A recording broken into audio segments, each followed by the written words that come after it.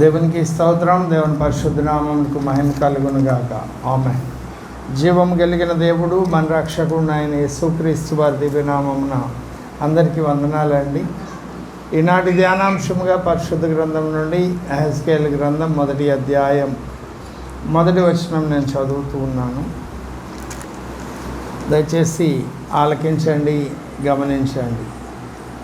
30వ సంవత్సరము 4వ నెల 5వ దినమున నేను కెబారు నది ప్రదేశమున చెరలోని వారి మధ్య కాపురం ఉంటేని ఆ కాలమున ఆకాశము తెరవబడగా దేవుని కూర్చిన దర్శనములు నాకు కలిగాను. చిన్న మాట ప్రార్థన చేసుకుందాం. మా ప్రియ ప్రభువా, ఒక మాట మాకు నేర్పించండి. మీ దాసులను మట్టివాడిని నన్ను కనికరించి మీ సెలవు చాటును మరుగుపరచుకొని మీ మాటలు నా నోటు ఉంచండి. అందుకొరకు నా శరీర ప్రాణాత్మలు మీ వశం చేసుకొని నన్ను పరిశుద్ధపరిచి ప్రత్యేకపరిచి మీ శైలిలో మీ స్థాయిలో మీ ఆత్మకార్యం నాయందు మా అందరి యందు జరిగించమని వేడుకుంటూ యేసుక్రీస్తు వారి దివ్యనామమున అడిగి వేడుకొని ప్రార్థన చేయుచున్నాం తండ్రి. ఆమేన్. ప్రభునందు నాకు అత్యంత ప్రియమైన వాళ్ళారా, ఇజ్రాయేలీలు బబులోనీయుల చేత చెరపట్టబడ్డారు. ఐగుప్తీయుల చేత ఐగుప్తీయుల దాస్యత్వంలో ఉన్నది ప్రారంభ దినాలు. ఆ తర్వాత వాగ్దాన భూమిని స్వతంత్రించుకున్న తర్వాత ఇంచుమించు 490 సంవత్సరాలు తర్వాత దేవునికి ఇవ్వవలసినటువంటి పన్ను లేదు దేవుడు ఆజ్ఞాపించినటువంటి విషయాలను చేయని కారణాన 6 సంవత్సరాలు పంట పండించుకొని 7వ సంవత్సరం పంట పొలానికి విశ్రాంతి ఇవ్వాలి. అలా ఇవ్వలేదు. అందుకు దేవుడు ఇజ్రాయేలీలు 12 గోత్రాల్లో 2 గోత్రాల వాళ్ళని బబులోను చెరకు 10 గోత్రాల వారిని అషూరు చెరకు అప్పగించాడు. ఇది ఈ 2 గోత్రాల వారి యొక్క సంగతి. ఆ క్రమంలో చెరలో ఉన్నప్పుడు దేవుడు తన ప్రజలతో మాట్లాడుతూ ఉంటాడు. తన పని కొరకు కొందరిని ప్రత్యేకించుకోవడం మనం చూస్తాం. ఇక్కడ యెహెజ్కేలు భూమి మీద జరుగుతున్నటువంటి దైవ కార్యంలో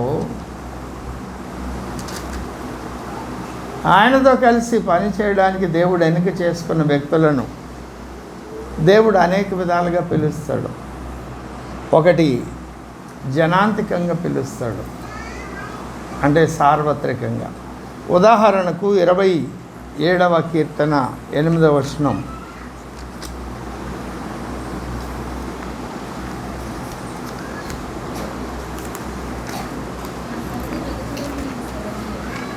ఏమండి,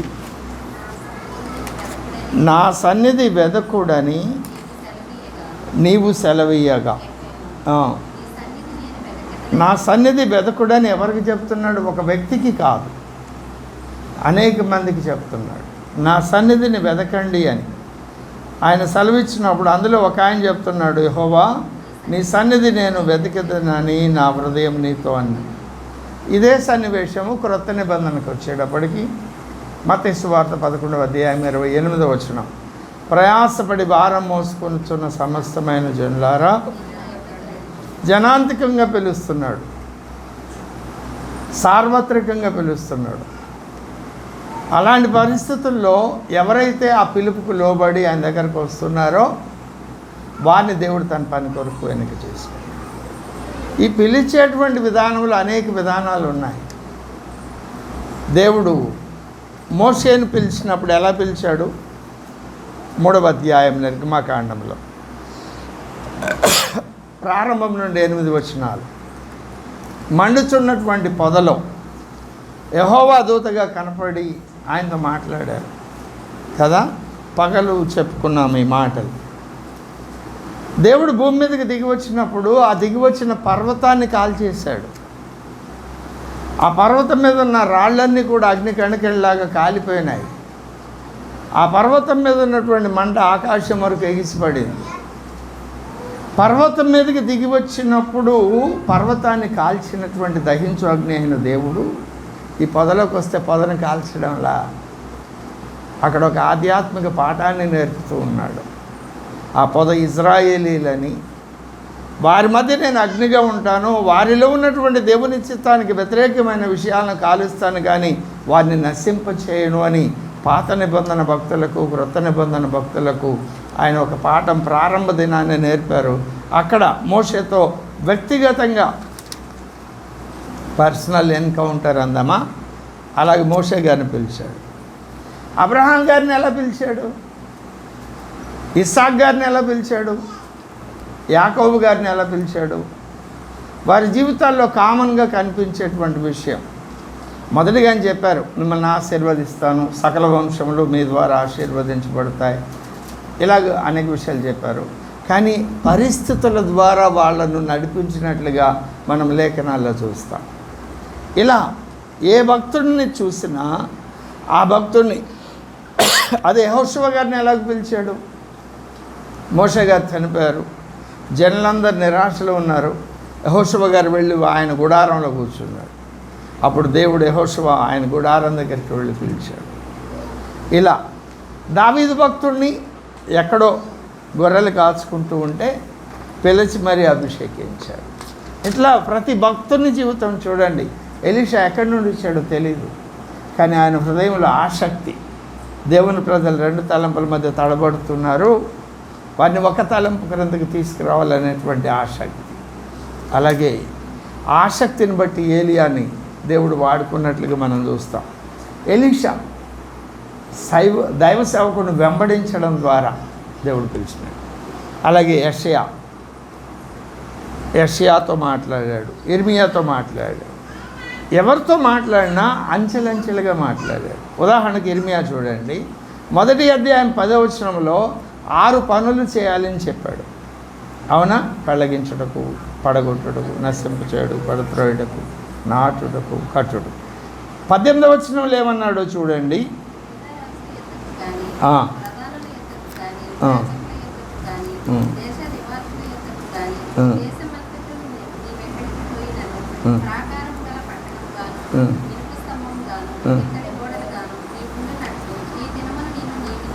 కదా, ఇక్కడికి వచ్చేటప్పటికి మరి 2 ప్రత్యేకమైన అంశాలు అక్కడ పరిచయం చేస్తున్నాడు. 6వ అధ్యాయం 27వ వచనం.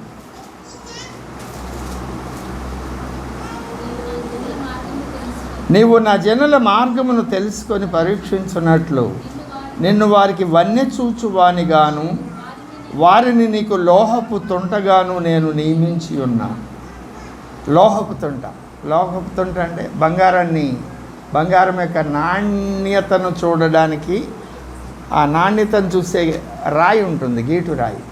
దాని మీద బంగారాన్ని గీచినప్పుడు ఆ రంగును బట్టి, ఆ గీతన యొక్క విలువను బట్టి బంగారం యొక్క విలువను కడతాం. నిన్ను అలాగూ చేస్తుంది. ఒక్కొక్క అంచె 9 రకాల పరిచర్యలు ఇర్మియా గారికి అప్పగించాడు. ఒకేసారి అప్పగించలేదు, అంచెలంచెలే. అలాగే ప్రతి భక్తుని జీవితంలో కూడా దేవుడు స్వరం ద్వారా మాట్లాడి పిలుస్తున్నారు, పరిస్థితుల ద్వారా మాట్లాడుతున్నారు, దర్శనాలు కళల ద్వారా మాట్లాడుతున్నారు, ప్రేరేపణ ద్వారా మాట్లాడుతున్నారు. దేవుని పని కొరకు పిలవడానికి సార్వత్రికంగా జనాంతికంగా పిలుస్తున్నారు. ఆ క్రమంలో మనం చదివిన మూలవాక్యంలో యెహెజ్కేలు చెరలో ఉండగా పుట్టినటువంటి ప్రవక్త అతడు, కెబారు నది తీరాన ఉన్నాడు, అనేక మంది మధ్య ఉన్న ఆయనతో దేవుడు మాట్లాడుతున్నాడు. ఎలా మాట్లాడుతున్నాడు? దర్శనాల ద్వారా. ఆకాశము తెరవబడగా దేవుని గూర్చిన దర్శనములు అంటే ఆ మాటకి అర్థము దేవుని గురించిన సాక్ష్యములు. దేవుని గురించి నేనేం చూశానో ఆ సాక్ష్యము నాకు కలిగింది, దర్శనం కలిగింది. అంటే దేవుడు తనని గురించి తాను నాకు ఏమి బయలుపరిచాడో అది నాకు తెలియపరచబడింది. ఎప్పుడు? కెబారు నది తీరమున ఉన్నప్పుడు. కెబారు నది తీరమున ఉండడం అంటే రక్షణ పొందిన తరువాత దేవుని పట్ల ఆసక్తి కలిగి, దేవుడు నన్ను ఎందుకు రక్షించుకున్నాడు, నేనేమై ఉన్నాను, నన్ను ఆయన పిలవడం వెనుక ఉన్న ఉద్దేశం ఏమిటి అనే ఆసక్తి కలిగిన వారు. చాలామంది రక్షణ పొందుతున్నారు కానీ ఆసక్తి లేకుండానే బ్రతికేస్తున్నారు. అలాంటి వారికి దర్శనం కలగదు. దర్శనం ఎవరికి కలుగుతుంది అంటే ఎవరైతే ఆసక్తి కలిగి నన్ను రక్షించుకున్నారు, ఆయన అమూల్యమైన రక్తంతో కొన్నాడు. ఒక చిన్న వస్తువు మనం కొనాలంటే దానికి పెట్టే వెలను బట్టి ఆ వస్తువు యొక్క విలువ మనకి, ఆ వస్తువు యొక్క అవసరత మనకు తెలుస్తుంది. ఆ అవసరతను బట్టి దానికి విలువ పెడతాం. అలాగే ఆయన ప్రాణం పెట్టి మనల్ని కొనుక్కున్నప్పుడు ఎంత ఘనమైన పని కొరకు ఆయన మనల్ని పిలిచి ఉండాలి. అదేమిటో తెలుసుకోవాలనే ఆశ ఎవరికైతే ఉందో అలాంటి వారికే దేవుడు తన ప్రణాళికను తెలియపరుస్తాడు. తన ప్రణాళికను తెలియపరుస్తాడు. ఇందుకే దర్శనం అంటే ఏమిటి? గత వారం చెప్పాను, ఆదివారం చెబుతూ దర్శనం అంటే ఒక నిర్వచనం చెప్పాను. ఏం చెప్పాను?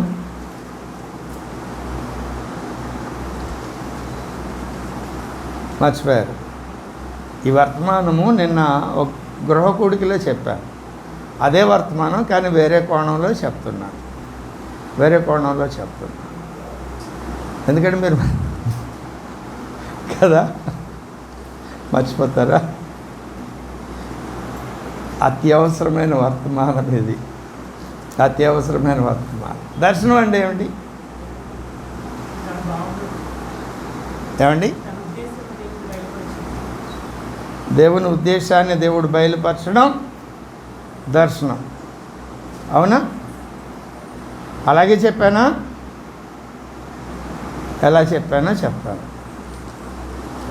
మనకి చాలా రకాల దర్శనాలు వస్తాయి. కళలో వెలుగు కనపడుతుంది, లేదు తెల్లని వస్త్రాలు వేసుకున్నటువంటి వ్యక్తి కనపడతాడు, దైవ సేవకుడు, లేకుంటే దేవుని రూపము, లేకపోతే జంతువులు కనపడతాయి, అనేక రకాలైన జీవులు కనపడతాయి. అవన్నీ మంచివే. వాటన్నిటికీ ఏవేవో అర్థాలు చెప్పుకుంటాం, కానీ వాటి వలన ఏమిటి ఉపయోగం కదా? అవి దర్శనాలు కావు. దర్శనాలే కానీ దర్శనాలు కావు. దర్శనం అంటే అది మన జీవితానికి ఉపయోగపడాలి. గత వారం నేను చెప్పినటువంటి నిర్వచనం ఏమిటి అంటే, నీ జీవితంలో ఎదురయ్యే సవాలు, సమస్య, శోధన, పోరాటం, అవసరత, దేని కొరకు నువ్వు దేవుని దగ్గరికి వచ్చావో ఆ అంశానికి సంబంధించిన జ్ఞానము నీ మనస్సు పొరలలో దేవుడు నిక్షిప్తం చేస్తాడు. ఆ ఆలోచన నీకు తెలియపరుస్తాడు. ఎప్పుడైతే ఆలోచన నీకు తెలియపరచబడిందో ఆ సమస్యను ధైర్యంగా ఎదుర్కొంటావు, ఆ సవాళ్ళను నువ్వు ధైర్యంగా ఎదుర్కొంటావు, ఆ శోధనను సంతోషంతో సహిస్తావు. అది దర్శనము అని చెప్పాను. అది దర్శనం అని చెప్పాను. అది కరెక్టే, కానీ సంపూర్ణమైన సమాచారం కాదు. అది సంపూర్ణమైన సమాచారం ఏమిటో ఇప్పుడు చెప్తున్నాను. దర్శనం యొక్క సంపూర్ణమైన సమాచారం ఏమిటి అంటే, దేవుడు తాను ఎన్నిక చేసుకున్న వ్యక్తుల కొరకు ఏమైతే సిద్ధపరిచాడో ఆ సిద్ధపరిచిన విషయాలను భక్తునికి తెలియపరచడం. దీన్ని ఇలా చెప్తాను. ఇప్పుడు నా వైపు చూడండి. ఈ వస్తువు ఉంది. ఈ వస్తువుని నేను చూడగలుగుతున్నాను, మీరు చూడగలుగుతున్నారు. ఎలా చూడగలుగుతున్నారు? ఆ కాంతి కిరణాలు ఈ వస్తువు మీద పడి ఆ రిఫ్లెక్షన్ నా కంటిలో ఉన్న రెటీనా మీద పడింది. ఆ రెటీనా నుండి ఆ దృశ్యానికి సంబంధించిన విషయాన్ని ఆ జ్ఞాన సంబంధమైన నాడుల ద్వారా నా మనసులోనికి తీసుకువెళ్ళి దీని ఆకారము, దీని రంగు, దీని రూపము ముద్రించింది. అక్షరార్థమైన సూర్యకాంతి కిరణాలు ఒక వస్తువు యొక్క రూపాన్ని, రంగును, దాని యొక్క విధానాన్ని మన మనసులో ఎలాగ ముద్రిస్తుందో అలాగే ప్రసంగి 2:14లో మన తలలో నేత్రాలు ఉన్నాయి. నీతి సూర్యుడైన దేవుడు తాను ఎన్నిక చేసుకున్న వ్యక్తుల కొరకు పరలోకంలో ఏమేమి సిద్ధపరిచారో, ఎందుకు సిద్ధపరిచారో, వాటిని నువ్వు ఎలాగూ పొందుకోగలవో ఇత్యాది విషయాలన్నిటిని గూర్చిన జ్ఞానాన్ని, పరసంబంధమైనటువంటి ఆ విషయాలను నీ మనస్సు పొరలలోనికి తీసుకువెళ్ళి ఆ మనస్సు పొరల్లో ఆ దృశ్యాన్ని ముద్రిస్తాడు. దాని పేరు దర్శనం. ఈ దర్శనం వల్ల మనకి ఏమిటి ఉపయోగము అంటే, అప్పటి వరకు నువ్వు భౌతిక సంబంధమైన విషయాలను ఎన్నో చూసావు, మర్చిపోయావు, విడిచిపెట్టావు. వాటి పట్ల నిరాశ, నిర్లిప్తత కలిగి.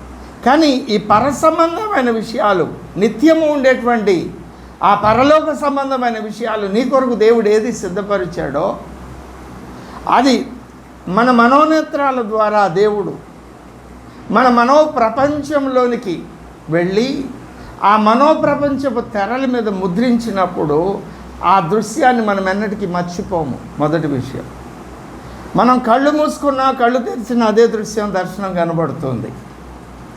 ఆ దర్శనం కనబడినప్పుడు అది నేను పొందుకోవాలి, అది నేను స్వతంత్రించుకోవాలి అనే ఆసక్తి నీకు కలుగుతుంది. ఎప్పుడైతే ఆసక్తి నీకు కలిగిందో అప్పటి వరకు ఉన్న నీ జీవన శైలి మారుతుంది, నీ ఆలోచన విధానం మారుతుంది, నీ ప్రవర్తన సరళి మారుతుంది. వేటిని అప్పటి వరకు నువ్వు విలువైనవి అని ఎంచావో ఆ విలువైనవి విలువ లేనివిగా కనపడతాయి. ఉదాహరణకు బంగారపు ఆభరణాలు, ఖరీదైన వస్తువులో నాకు విలువైనవి అని ఎంచి వాటి కొరకు నువ్వు ఎంతగానో ఖర్చు పడే వ్యక్తివి, ఆశ కలిగి ప్రయాసపడే వ్యక్తి వాటిని సంపాదించుకోవడానికి. అవి వేస్ట్గా కనపడతాయి. ఆ దర్శనం నీకు కనపడినప్పుడు నీ విలువలు మారుతాయి, తర్వాత నీ ప్రాధాన్యతలు మారుతాయి. దేని కొరకు నువ్వు నీ సమయాన్ని, నీ డబ్బును, నీ సామర్థ్యాలను ఖర్చు పెట్టావో వాటి విషయంలో అవి విలువైనవి కావు అని నువ్వు గుర్తుపట్టావు గనుక వాటికి ప్రాధాన్యత ఇవ్వడం మానేస్తావు. దేవుడు ఏదైతే చూపించాడో ఆ చూపించింది ప్రాధాన్యమైనది నా జీవితానికి, అది లేకపోతే నా జీవితం యొక్క ఫలితార్థాన్ని నేను పొందుకోలేను అన్నప్పుడు దీని కొరకు వాటన్నిటినీ పెంటగా నష్టంగా ఎంచుకుంటావు. నీ ఆలోచన విధానంలో మార్పు వస్తుంది, నీ ప్రవర్తనలో మార్పు వస్తుంది, నీ వైఖరిలో మార్పు వస్తుంది. నీ ఆలోచనలో, నీ ప్రవర్తనలో, నీ వైఖరిలో మార్పు తీసుకురాగలిగినటువంటి దృశ్యాన్ని దేవుడు నీ మనోప్రపంచంలో, నీ మనస్సు పొరల్లో ముద్రించడమే దర్శనం. ఆ దర్శనాన్ని నువ్వు కలిగి ఉన్నావా? దర్శనం లేక జనులు నశించిపోతారు. కట్టు లేక పొలము పాడైపోతుంది, కట్టు లేక ఇజ్రాయేలీలు నశించిపోతారు. దర్శనం లేకపోయినా కూడా అంతే. కాబట్టి ప్రతి వ్యక్తి కొరకైన ఒక దర్శనం ఆయన మనకిస్తారు. ఈ దర్శనం అనేటువంటిది ఒక్కసారిగా కాదు, అది అంచెలంచెలుగా ఇవ్వబడుతుంది.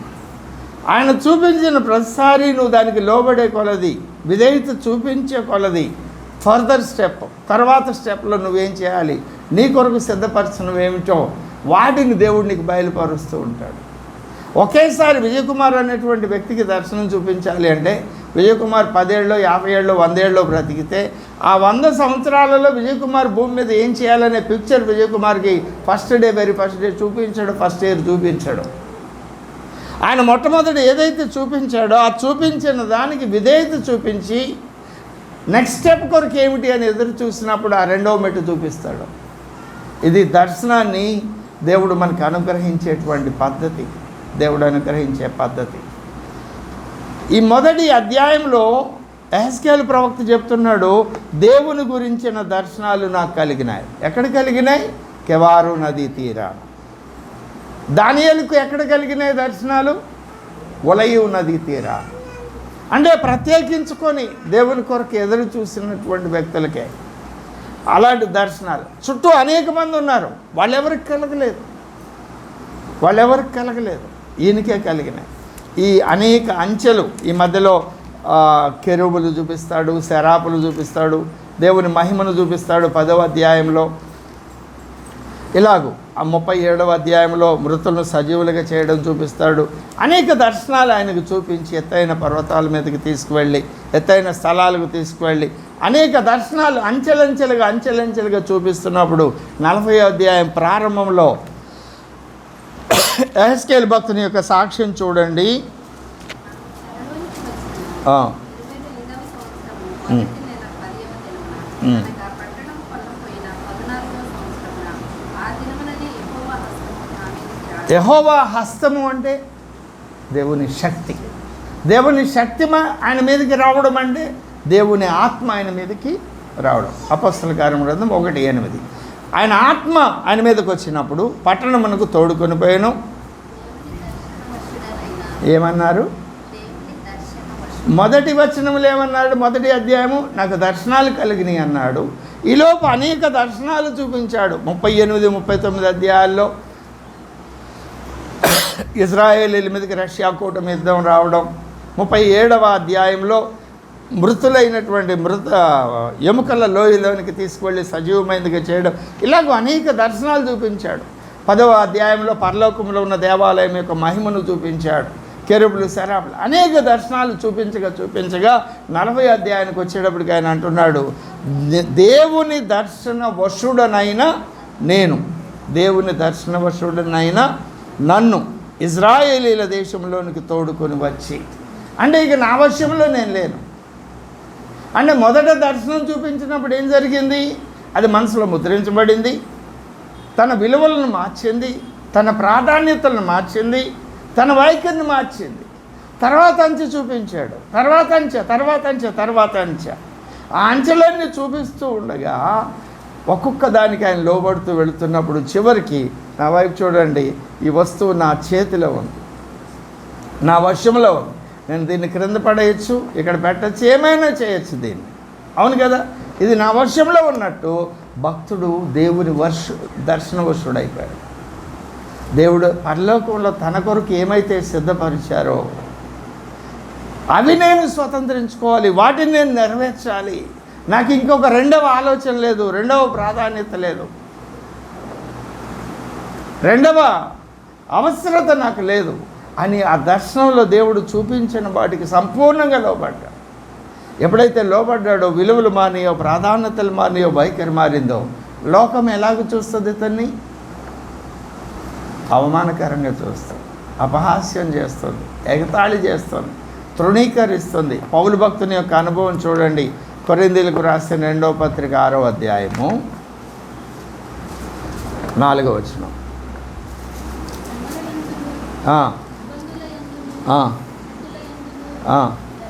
ఎందుకు ఇవన్నీ వచ్చినాయి? శ్రమల యందు, ఇబ్బందుల యందు, ఇరుకుల యందు, దెబ్బల యందు, చెరసాల్లోనూ, అల్లర్లోనూ, ప్రయాసంలోనూ, జాగరణంలోనూ, ఉపవాసంలోనూ మిగుల ఓర్పు గలవారమై పవిత్రతతోనూ, జ్ఞానముతోనూ, దీర్ఘశాంతముతోనూ, దయతోనూ, పరిశుద్ధాత్మ వలనను, నిష్కపటమైన ప్రేమతోనూ, సత్యవాక్యము చెప్పుట వలనను. సత్యవాక్యం వీళ్ళకి ఎక్కడి నుండి వచ్చింది? సత్యగ్రంథం నుండి. సత్యగ్రంథం ఎక్కడుంది? దానియేలు 10:21 పరలోకంలో, సత్యలోకంలో ఉంది, సత్యదేవుని దగ్గర ఉన్నది. కాబట్టి ఆ సత్యవాక్యము చెప్పుట వలనను, దేవుని బలము వలనను, కుడి ఎడమల నీతి ఆయుధములు కలిగి ఘనతల వలనను, సుకీర్తి దుష్కీర్తుల వలనను దేవుని పరిచారకులమై ఉండి అన్ని స్థితుల్లో మమ్మల్ని మేము దర్శనవశులమయ్యాం కాబట్టి కదా. ఈ అనుభవం ఈయనకి ఎలా కలిగిందో చూడండి. 4:17, 16 కూడా చదవండి. మేము అధైర్యపడము.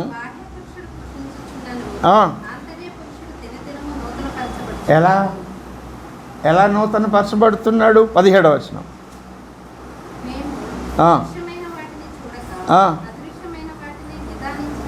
ఎక్కడున్నాయి అదృశ్యమైనవి? దృశ్యమైనవి మన కను దృష్టి ప్రసరించినంత దూరంలో ఉన్నాయి. అదృశ్యమైనవి ఎక్కడున్నాయి? మన చుట్టూ ఉన్నాయి, వేరు లోకాల్లో ఉన్నాయి. అవి కొలస్సీ 1:16 చెప్తాడు. అవునా? అదృశ్యమైన వాటిని నిదానించి చూచుచున్నాము గనుక క్షణమాత్రముండు మా చులకని శ్రమ మా కొరకు అంతకంతకు ఎక్కువగా నిత్యమైన మహిమ భారము కలగచేయుచున్నది. ఏలయనగా అదృశ్యమైనవి ఎందుకయ్యా ఇలాగూ ప్రాక్టీస్ చేస్తున్నావు పౌలు భక్తుడా అని అడిగితే ఆయన అంటాడు, 26వ అధ్యాయం అపోస్తలుల కార్యముల గ్రంథం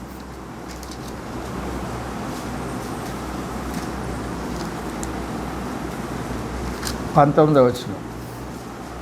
ఇక్కడ సాక్ష్యం చెప్తున్నాడు, తన దర్శనాన్ని గురించి అగ్రిప్ప రాజా ముందు సాక్ష్యం చెప్తున్నాడు. కాబట్టి అగ్రిప్ప రాజా, ఆ.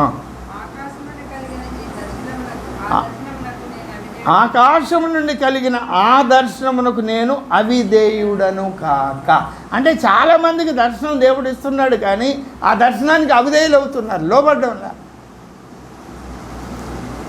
ఆ కారణం చేత ఫర్దర్ స్టెప్ వాళ్ళకి చూపించడం వల్ల. పౌలు భక్తునికి ఈ దర్శనం ఎలాగ చూపించాడు? 9వ అధ్యాయంలో మనం చూస్తాం. మొట్టమొదటిగా 7వ వచనం.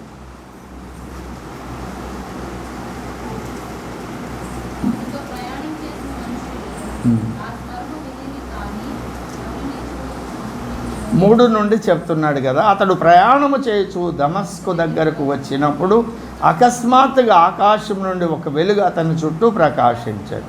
అప్పుడు అతడు నేల మీద పడి, సౌలా సౌలా, నీవేళ నన్ను హింసించుచున్నావని తనతో ఒక స్వరము పలుకుట విని, ప్రభువా నీవెవడవని అతడు అడుగగా ఆయన, నేను నీవు హింసించుచున్న యేసు, లేచి పట్టణంలోనికి వెళ్ళుము, అక్కడ నీవు ఏమి చేయవలనో అది నీకు తెలుపబడినని చెప్పాడు. అతనితో ప్రయాణం చేసిన మనుషులు ఆ స్వరము వింది కాదు. ఏమండి, ఇందాక ఒక మాట చెప్పారు, దర్శనం కావాలంటే కెబారు నదీ తీరానికి వెళ్ళాలి, ఒలయో నదీ తీరానికి వెళ్ళాలి, ప్రత్యేకించుకోవాలి.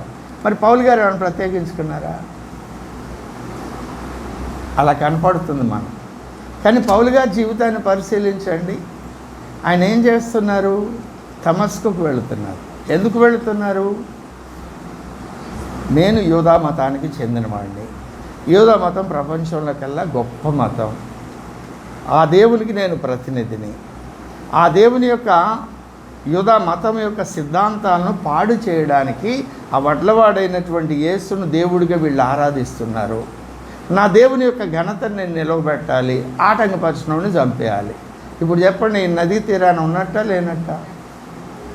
ఒక ఉన్నతమైన ఆశయంతో దేవుని గురించి అన్వేషిస్తున్నాడు. అక్కడ కూడా, అయ్యా మమ్మల్ని చెరలోకి తీసుకొచ్చావు, మేము చెరలో ఎందుకు ఉండాలి? మేము జీవం కలిగిన దేవుని పిల్లలం కదా, మేము చేస్తున్న తప్పును బట్టి తీసుకొచ్చావు, దాని నుండి విడుదలేలాగు. ఆసక్తి అతని హృదయంలో, జకరియా హృదయంలో, హగ్గై హృదయంలో, ఎజ్రా నెహమ్యాల హృదయంలో మండింది, జెరుబాబెలు హృదయాల్లో మండింది కనుక వాళ్ళకి దేవుడు దర్శనమిచ్చాడు. ఇక్కడ దైవాన్వేషణ జరుగుతుంది పౌలు యొక్క హృదయంలో. నీ జీవితంలో నన్ను దేవుడు ఎందుకు రక్షించాడు? ఆయన అమూల్యమైన రక్తంతో నన్ను ఎందుకు కొన్నాడు? నా జీవితం యొక్క పరమార్థం ఏమిటి? నేనేదో కేవలం భూమి మీద నెమ్మది సమాధానం కలిగి బ్రతకడానికేనా? లేదు భౌతిక అవసరతలు ఆయన దగ్గర నుండి అడిగి పొందుకొని సుఖమయమైన జీవితాన్ని జీవించడానికా? అందుకొరక దేవుడు నన్ను పిలిచింది కాదు కదా. భూమి మీద దేవుడు చేస్తున్న దైవ కార్యం ఏదైతే ఉందో ఆ దైవ కార్యాన్ని నేను గుర్తుపట్టి దానిలో సహకరించాలి కదా. ఆ దైవ కార్యం ఏమిటి? అదృశ్యమైన దైవ కార్యాన్ని నేను చూడాలి. పౌలు గారికి చూపించాడు ఆ దైవ కార్యం కదా. ఎలా చూపించాడు? ఎఫెసీయులకు రాసిన పత్రిక అనేక అంచెలు ఉన్నాయి, అందులో ఒకటి ఇది. 3వ అధ్యాయం 2వ వచనం.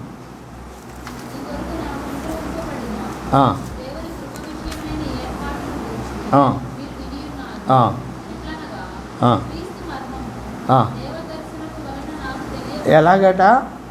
దేవదర్శనం వలన. దేవదర్శనం వల్ల నాకు తెలియబడిందని సంగతి మునుపు సంక్షేమం. ఏమిటది? 5వ వచనం.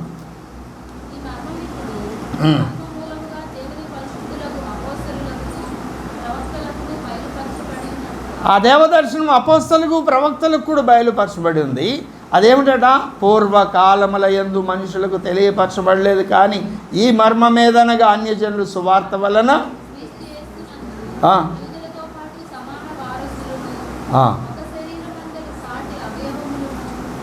అది. అప్పటి వరకు వాళ్ళు ఏమనుకున్నారు? యూదులు గొప్పవారు, మిగిలిన వాళ్ళందరూ తక్కువ స్థితికి స్థాయికి చెందిన వాళ్ళని.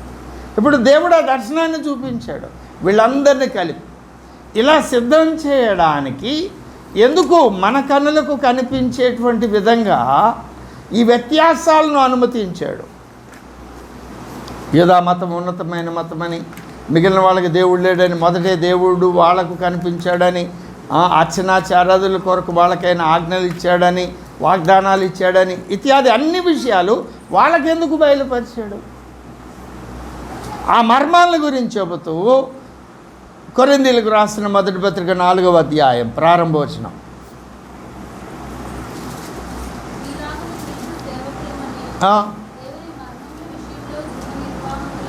దేవుని మర్మముల విషయంలో గృహ నిర్వాహకులు. అంటే ఒక ఇంటి నిండా మర్మాలు ఉన్నాయి. ఆ ఇంటికి తాళం వేసి ఆ తాళం పౌలు గారికి ఇచ్చారంట. ఏమిటా మర్మాలు? కొలసి 1:25.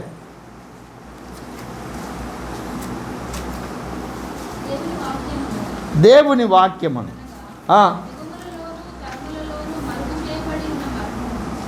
యుగములలోను తరములలోను మరుగు చేయబడి ఉన్న, యుగములలో మరుగు చేయబడిన మర్మం ఏమిటి?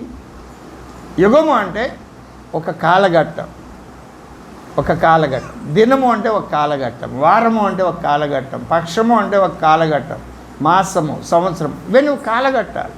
అట్లనే యుగము అంటే ఒక కాలఘట్టం.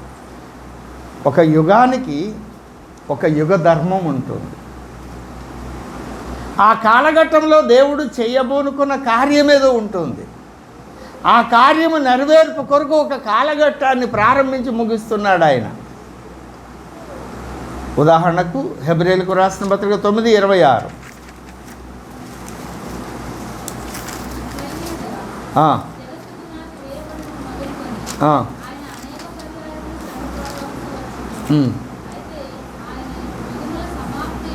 యుగముల సమాప్తి యందు, అనేక యుగాలు ఉన్నాయి. యుగముల సమాప్తి యందు తన్ను తానే బలిగా అర్పించుకొనుట వలన, అంటే అనేక యుగాలు ఉన్నాయి. ఆ యుగాలన్నీ ఏం చేస్తున్నాయి అంటే యేసు శిలువ యాగానికి అవసరమైన ప్లాట్ఫామ్ను సిద్ధపరిచినాయి.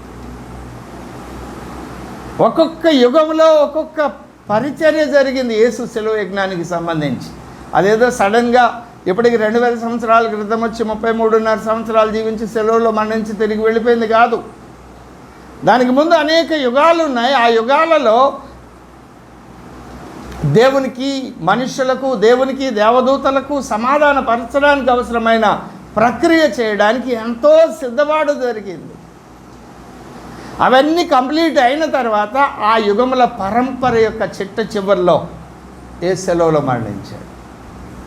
ఈ యుగముల సమాప్తి అయిపోయింది అంటే మరి ఒక క్రొత్త యుగం ప్రారంభమవుతుంది, యుగాల పరంపర ప్రారంభమవుతుంది అని ఎఫెసీయులకు వ్రాసిన పత్రిక 2వ అధ్యాయం 6వ వచనం చెప్తుంది.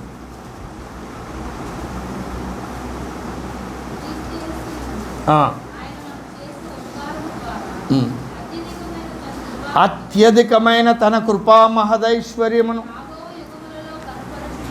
రాబోవు యుగములలో కనపరుచున్నట్లు, కనపరచు నిమిత్తము.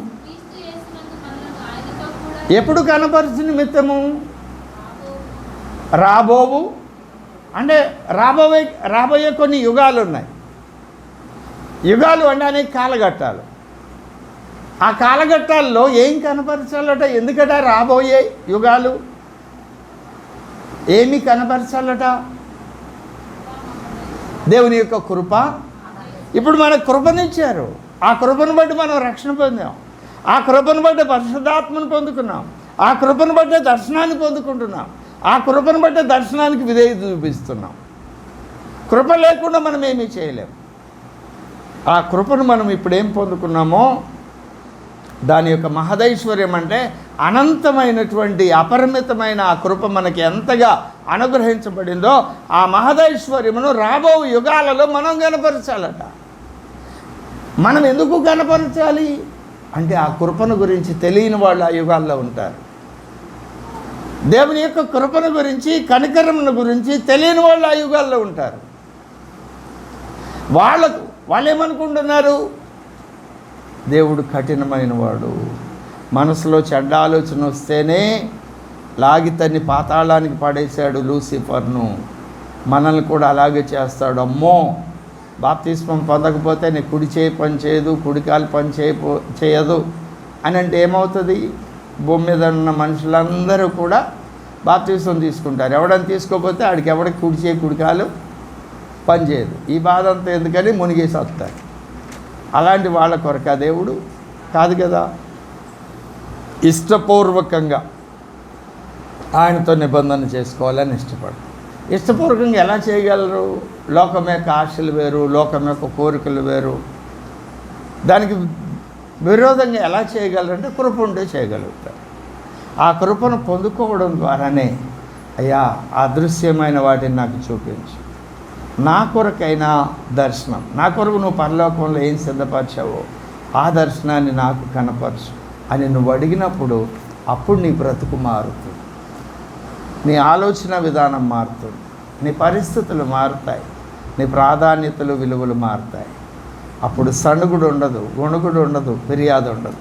అవమానించేవారు, అపహాస్యం చేసేవారు, ఇబ్బందులు పెట్టేవారు ఎంతమంది ఇబ్బందులు పెడుతున్నా పౌలు భక్తుడు అంటాడు కదా, ఫిలిప్పీలకు రాసిన పత్రిక 3వ అధ్యాయం 12వ వచనం,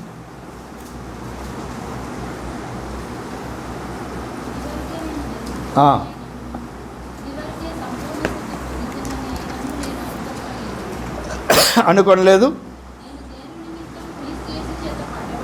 అది దేని నిమిత్తము క్రీస్తు యేసు చేత పట్టబడితినో దానిని పట్టుకొనవలనని పరిగెత్తుచును. దేని నిమిత్తం పట్టబడ్డాడైనా వాళ్ళు సమాన వారసులయ్యారు. కాబట్టి అన్యులను కూడా ఆ ఉన్నతమైన మెట్లోకి నడిపించాలి. అంటే సంపూర్ణతలోనికి, క్రీస్తు కలిగిన సంపూర్ణతకు సమానమైన సంపూర్ణతలోనికి నడిపించాలి అంటే వీటి మీద ఎన్నో డిస్ప్యూట్స్ ఉన్నాయి.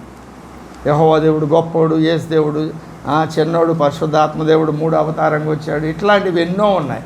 కాబట్టి వాటన్నిటినీ సెటరైట్ చేయాలి. ఎలా సెటరైట్ చేయాలి? ఎఫెసీయులకు రాసిన పత్రిక 4వ అధ్యాయం 11వ వచనం,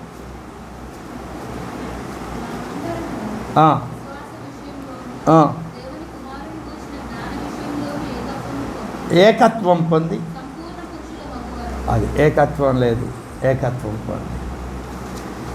ఎలాగూ ఏకత్వం కొరకు అది సత్యమని తెలిస్తే మనం లోపరుచుకుంటాం, మనకు ఆ దర్శనం ఉన్నప్పుడు. మీరు నమ్మండి, ఏ దైవ సేవకుడైనా దేవుని చేత ఎన్నిక చేయబడిన వానికి దర్శనం ఉంటుంది, పిలుపు ఉంటుంది. యేసు రక్తం చేత కడగబడ్డావు, నువ్వు దేవుని కుమారుడివి, నేను కడగబడ్డాను, దేవుని కుమారుడిని, నువ్వు బ్రదర్, నేను బ్రదర్ కాదు. వారిలో కొందరిని ప్రత్యేకమైన వ్యక్తులుగా దేవుడు సెలెక్ట్ చేసుకుంటున్నాడు. అందుకొరకే 4:13 ఏం చెప్పాడు? ఆగున్నట్లు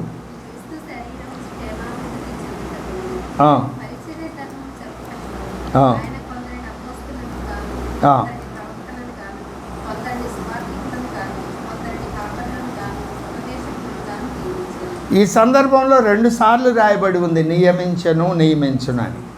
మొదటి మాట వారు సంపూర్ణ పురుషులు కావాలి. దేనిలో? విశ్వాస విషయంలో, దేవుని కుమారులకు వచ్చిన జ్ఞానం విషయంలో ఏకత్వం పొంది సంపూర్ణ పురుషులు కావాలి అని దేవుడు నియమించాడు. అది ఆయన ఉద్దేశం. అది నెరవేరడానికి 5 అంచెల బోధనా వ్యవస్థను నియమించాడు.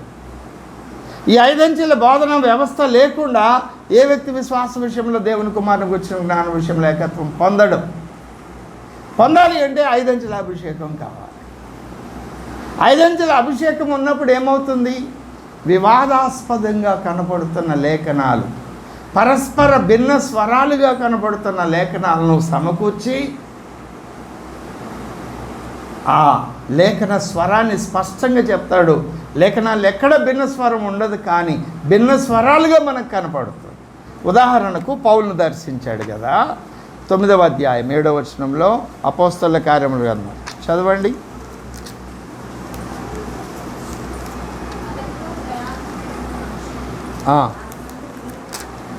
నెమ్మదిగా చదవాలి.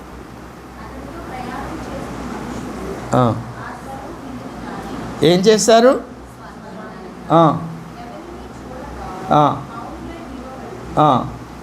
అవునా? ఈ పేజీ ఇలాగే పట్టుకొని 22వ అధ్యాయము 9వ వచనం చదవాలి.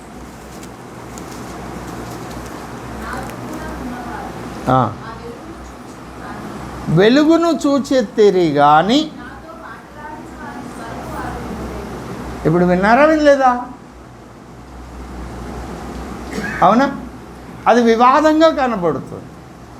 కానీ పరిశుద్ధాత్మ దేవుని సహాయంతో ఆలోచిస్తే మనం ఇలా ధ్యానం చేద్దాం. అతనితో ప్రయాణం చేసిన మనుషులు ఆ స్వరము వినిరి కానీ ఎవరిని చూడక మౌనులై నిలవబడ్రి. ఇక్కడేమంది?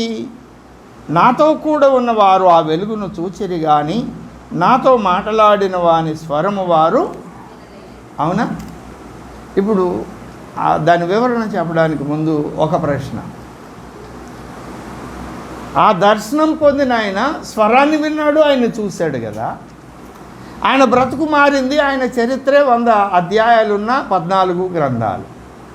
మరి ఆయనతో ఉన్న వాళ్ళు ఒక్కళ్ళైనా మారుమనసు పొంది రక్షణ పొందినట్లుగా లేఖనాల్లో ఉందా?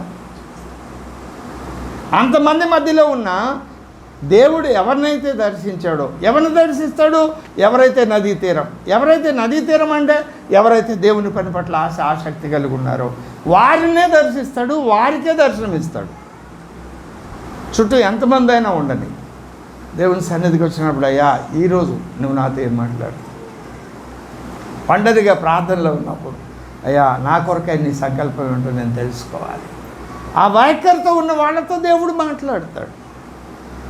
తన చుట్టూ ఎంతమంది అయినా ఉండని వాళ్ళకేమి ఉపయోగం ఉండదు. వాళ్ళు కూడా అలాంటి ఆశ కలిగిన వాళ్ళైతే మేడగదిలో ఉన్నట్టు 120 మంది ఒకే ఆశ కలిగి ఏకమనసుతో ప్రార్థన చేస్తే అందరి మీదకి అభిషేకం వస్తుంది కదా. ఇక్కడ ఇప్పుడు వివాదం ఏమిటి అంటే, ఆయనతో ఉన్నవారు ఆ మనుషులు ఆయన స్వరం విన్నారు, వినలేదు కదా. ఎవరిని చూడక మౌనులై నిలవబడ్డారు. వారు స్వరము వినలేదు, వెలుగును చూశారు. ఇప్పుడు వెలుగు వచ్చింది, అది కనపడింది, అందులో సంశయం ఏం లేదు. స్వరాన్ని విన్నారు, వినలేదు. అవునా? బస్సులో ప్రయాణం చేస్తున్నాం, నా ప్రక్కన మీరు కూర్చున్నారు, నేనేదో దీర్ఘంగా ఆలోచిస్తాను. మధ్యలో మీరు నాకేదో చెప్తున్నారు, నేను ఊగొడుతున్నా, ఆలోచిస్తూ ఊగొడుతున్నా.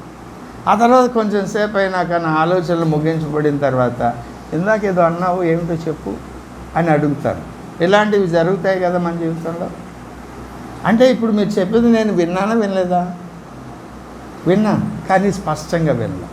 అట్లనే అక్కడ ఏదో సంభాషణ, కన్వర్జేషన్ జరగడం వీళ్ళు విన్నారు, కానీ వీళ్ళకి ఆ అంశం, ఆ సబ్జెక్టు స్పష్టంగా అర్థం కాలేదు.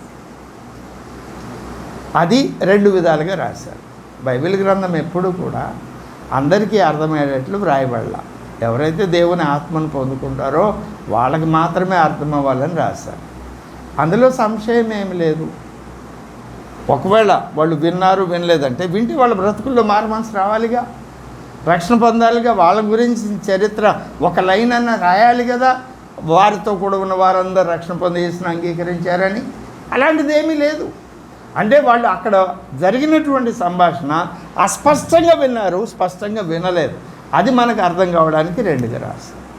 వెలుగు. అదే పౌలుకైతే ఆ సంభాషణ స్పష్టంగా ఉంది. ఆయన కన్నులు పొరలు రాలిపోయినాయి. ఆయన కొరకు ఒక సేవకుడిని పంపాడు. ఆ సేవకుడు వచ్చి ప్రార్థన చేశాడు. ఆ తర్వాత అరేబియాలో ఉన్న సీనాయి పర్వతం దగ్గరికి వెళ్ళి 3 సంవత్సరాలు ఉన్నాడు. గలతీయులకు రాసిన పత్రిక 1వ అధ్యాయంలో మనం ఆ మాట చూస్తాం. ఆ తర్వాత అపోస్తల కార్యములు 9వ అధ్యాయంలో మరలా తిరిగి దమస్కుకు వచ్చాడు. 19వ వచనంలో అక్కడ సువార్త చెప్పినప్పుడు కొట్టబోయారు, గంపలో దింపారు. అక్కడ నుండి మరలా యెరూషలేముకు వచ్చాడు. యెరూషలేములో వాళ్ళు చంపబోయారు. బర్నబా 15 రోజులు కాపాడాడు, సాధ్యం కాలేదు. ఆ తర్వాత అతను తార్సుకు వెళ్ళిపోయాడు, వాళ్ళ సొంతూరు. ఈలోపు సంఘం చెదిరిపోయింది.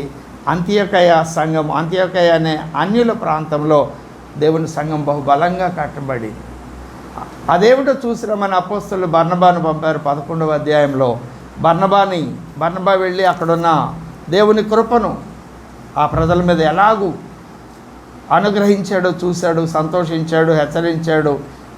ఏమని ఇతడు కూడా పరిశుద్ధాత్మతో విశ్వాసంతో నిండుకున్న వ్యక్తిగా ప్రభువుని హత్తుకొని ఉండమని హెచ్చరించాడు. వెంటనే తార్సుకు వెళ్ళి పౌలుని తీసుకొచ్చాడు. ఇక్కడికి వచ్చిన తర్వాత మరి ఒక ప్రత్యక్షత పౌలుకి ఇస్తున్నాడు. ఇక్కడ ఏమైంది? 11:26లో 1 సంవత్సరం అంతయు సంఘంలో ఉండి బహుజనులకు. ఇప్పుడు దేవుడు పిలిచాడో పిలవలేదా పౌలు గారిని? పిలిచాడు. అవునా? పిలిచాడు కాబట్టి కొన్ని ప్రయత్నాలు చేశాడు, వర్కౌట్ అవలా. సైలెంట్గా ఉండి ఆయన ఉన్న ఊరిలో సువార్త ప్రకటించాడు. అక్కడ తన్నులు తిన్నాడా, దెబ్బలు తిన్నాడా, ఆ చరిత్ర ఏమీ వ్రాయబడలేదు. ఆ తర్వాత దేవుడు ఏర్పాటు చేసిన బర్నబా ద్వారా ఆయన్ని పిలువబడ్డాడు. 1 year వాక్యం చెప్పిన తర్వాత 13వ అధ్యాయంలో ఏం జరిగింది? వాళ్ళు ఉపవాసం ఉండి ప్రార్థన చేస్తూ ఉంటే పరిశుద్ధాత్మ ఏమంటున్నాడు? 2వ వచనం.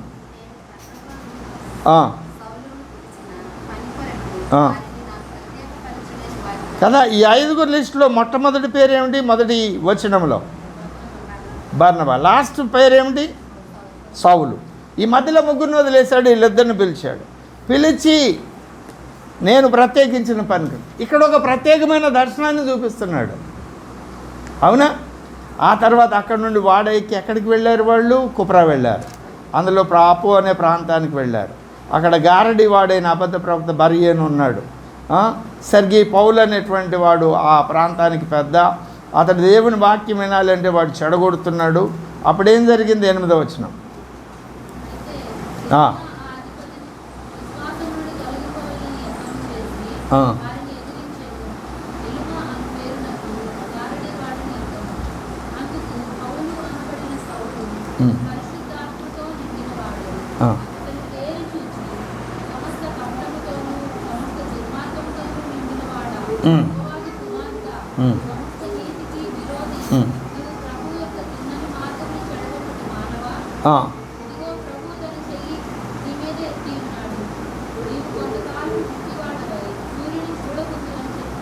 కదా, ఎవరు ఈ మాటలు పలుకుతుంది?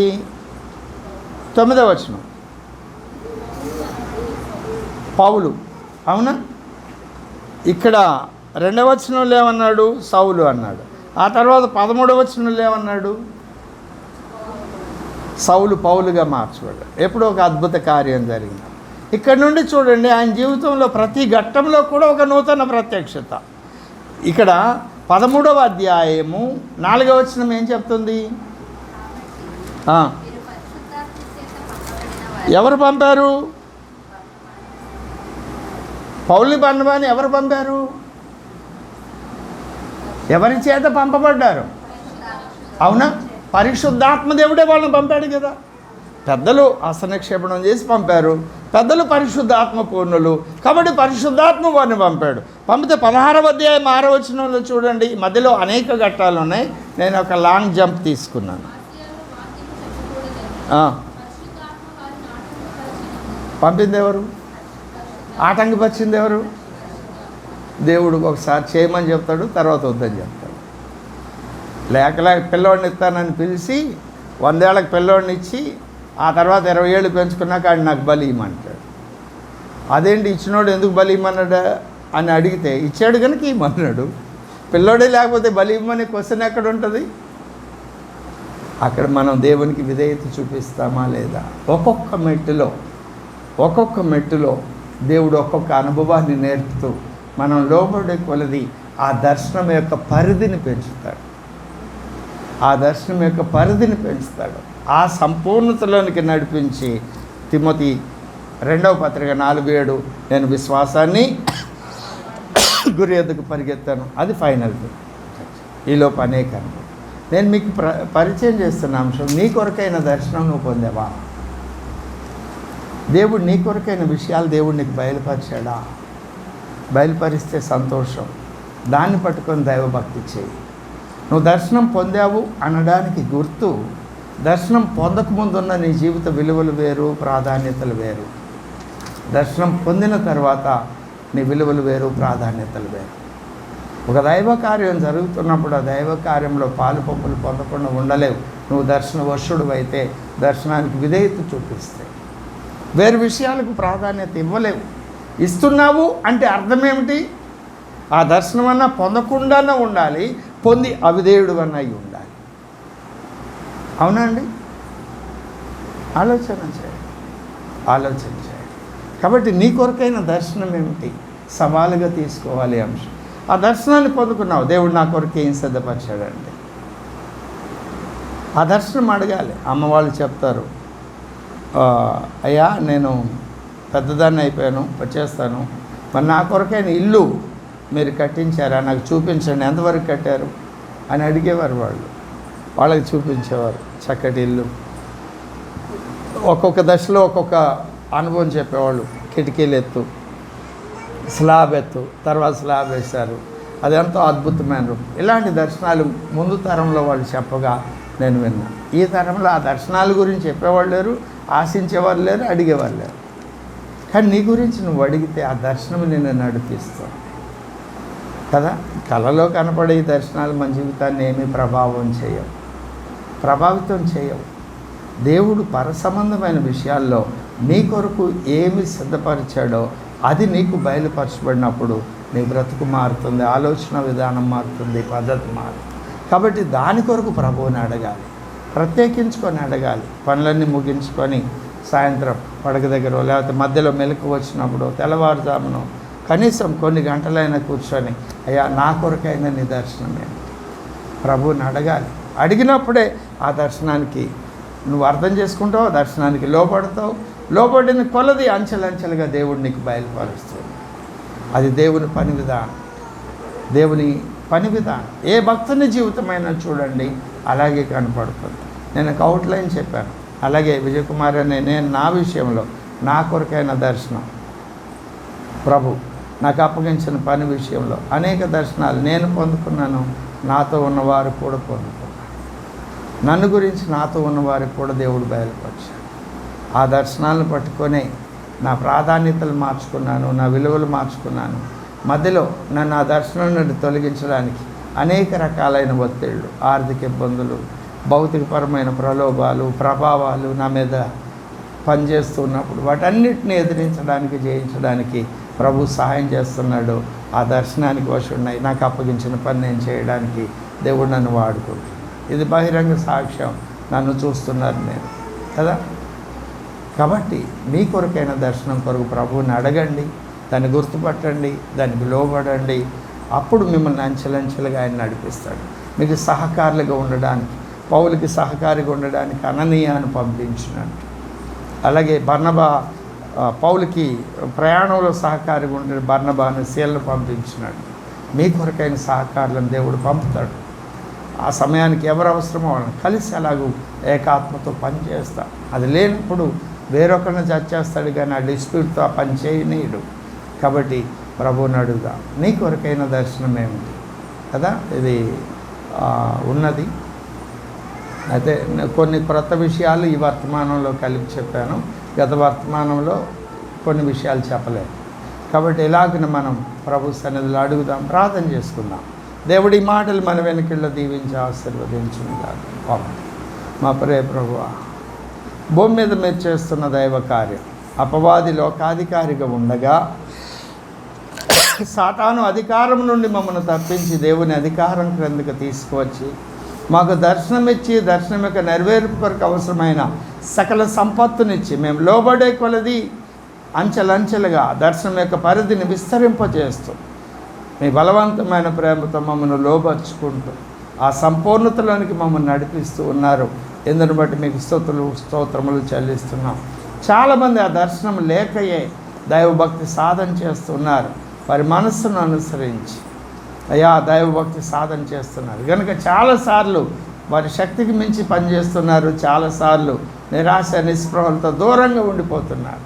అలా కాక ఆత్మవశులై దర్శన వశులైతే ఇరుకైన, ఇబ్బంది అయిన, కరువైన, ఖడ్గమైన, వస్త్రహీనత అయినా, లేమైన, ఉపద్రవమైన మరి అట్టుదేదైనా ఆ దర్శనం నుండి, ఆ ప్రేమ నుండి మమ్మల్ని వేరు చేయజాలదు. కనుక ఆ ఉన్నతమైన అనుభవంలోనికి నన్ను, నాకు ఇచ్చిన బిడ్డలను నడిపించమని బ్రతిమలాడి వేడుకుంటూ యేసుక్రీస్తు దివ్య నామమున అడిగి వేడుకొని ప్రార్థన చేయుచున్నాం తండ్రి.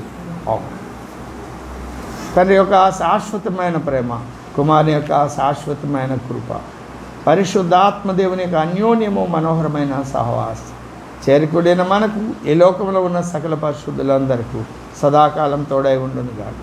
ఆమేన్.